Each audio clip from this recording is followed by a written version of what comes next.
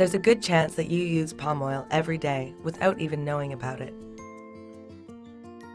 It's an ingredient in products as diverse as shampoo, toothpaste, chocolate, and detergent, and even sometimes used in the fuel in our cars. It's virtually everywhere. But some palm oil has a dirty secret: forest destruction. Indonesia's rainforests are being cleared to make way for palm oil plantations. Indonesia is a treasure chest of biodiversity.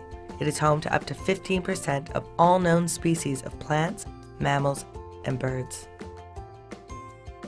But their homes are disappearing, with as few as 400 Sumatran tigers left in the wild. The lives of millions of Indonesians who depend on the forests are also changing beyond recognition. From land conflicts to forest fires and displacement.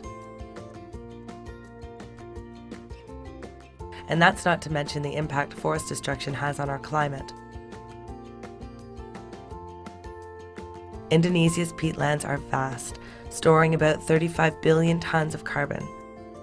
When they're drained, burned, and replaced by plantations, the conditions are set for devastating forest fires, and stored carbon dioxide is released into the atmosphere. So that's what we risk if forests are destroyed. But how does this affect you? Palm oil plantations sell their palm oil fruit to traders. From there, it's sold to huge corporations that make products we find on our supermarket shelves.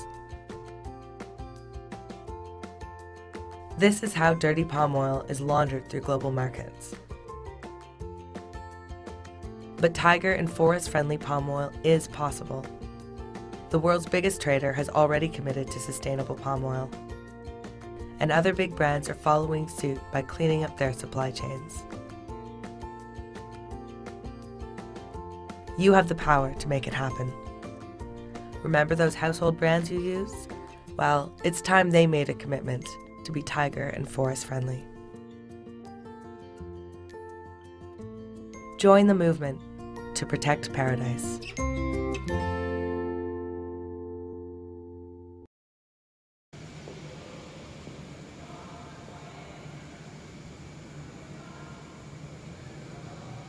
Guys, yuk masuk mulai presentasi. Hai, kami dari kelompok 12 akan mempresentasikan mengenai bagaimana pengaruh kebijakan Green Products Uni Eropa terkait crude palm oil terhadap hubungan dagang antara Indonesia dan Uni Eropa. Oke, yang pertama, kenapa Indonesia, kenapa Uni Eropa? Jadi Indonesia adalah salah satu produsen terbesar palm oil. Dan kenapa Uni Eropa? Karena Uni Eropa adalah salah satu pasar yang amat potensial bagi Indonesia. Dan selain itu Uni Eropa juga memang membutuhkan palm oil dalam jumlah yang cukup besar. Yang kedua, kenapa Green Products? Karena kegiatan perekonomian saat ini juga tidak bisa dilepaskan oleh adanya pengaruh terhadap isu lingkungan dan kesehatan. Sehingga apapun pergerakan ekonomi saat ini juga akan berpengaruh terhadap kondisi lingkungan kita saat ini. Oleh karena itu, lanjut ke pertanyaan selanjutnya, kenapa palm oil? Ya, kenapa palm oil? Sebelumnya, kalian harus lihat ini dulu. Ini namanya kelapa sawit. Nggak jelas. Nih, Dam, tangkep.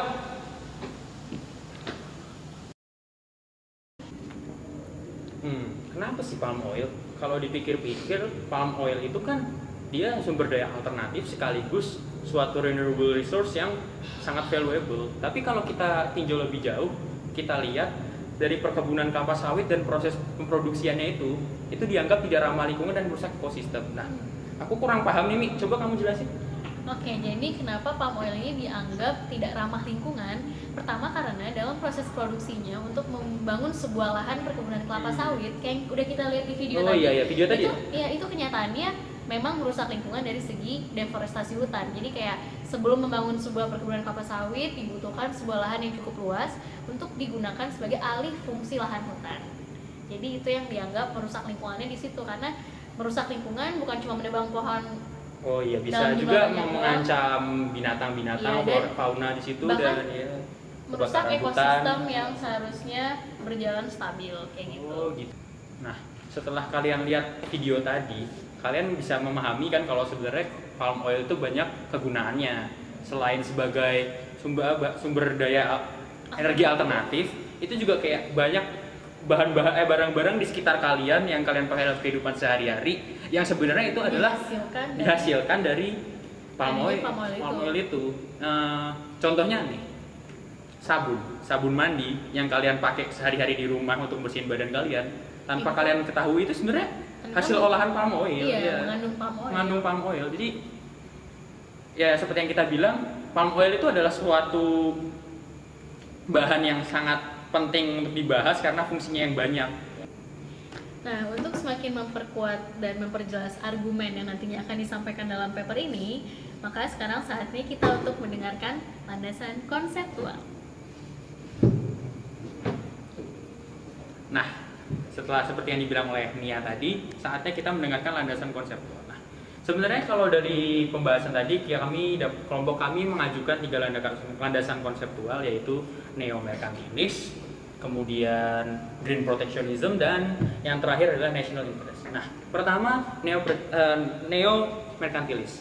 Neo-merkantilis ya dari bahasanya neo ya, itu kayak semacam turunan dari merkantilisme klasik gitu.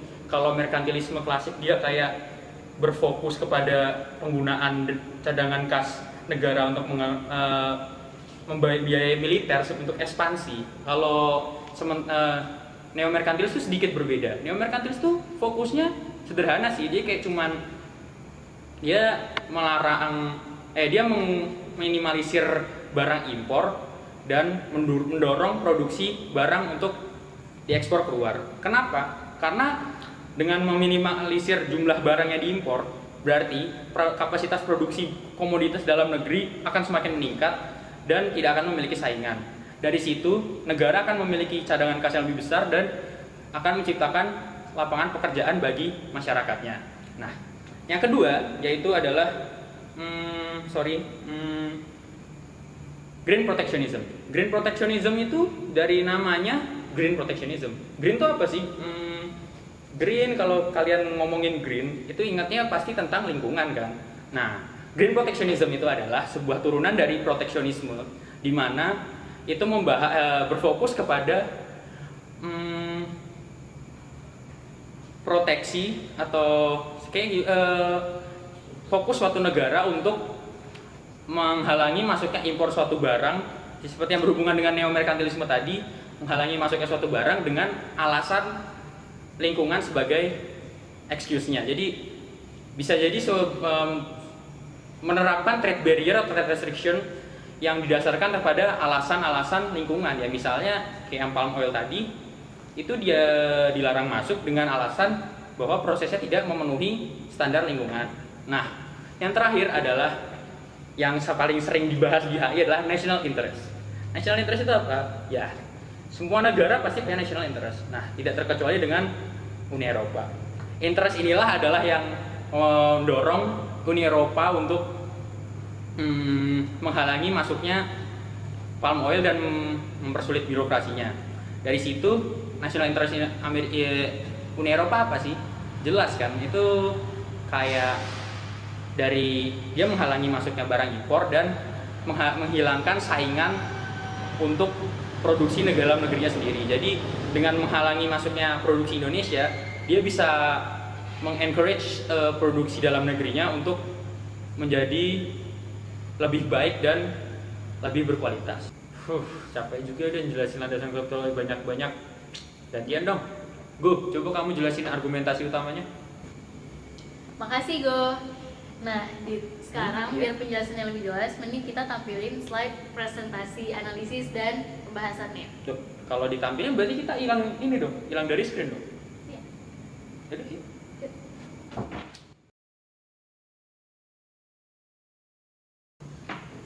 nah, jadi gitu guys pembahasannya. Udah paham kan? Nah, jadi kita udah kelar nih. Ada pertanyaan?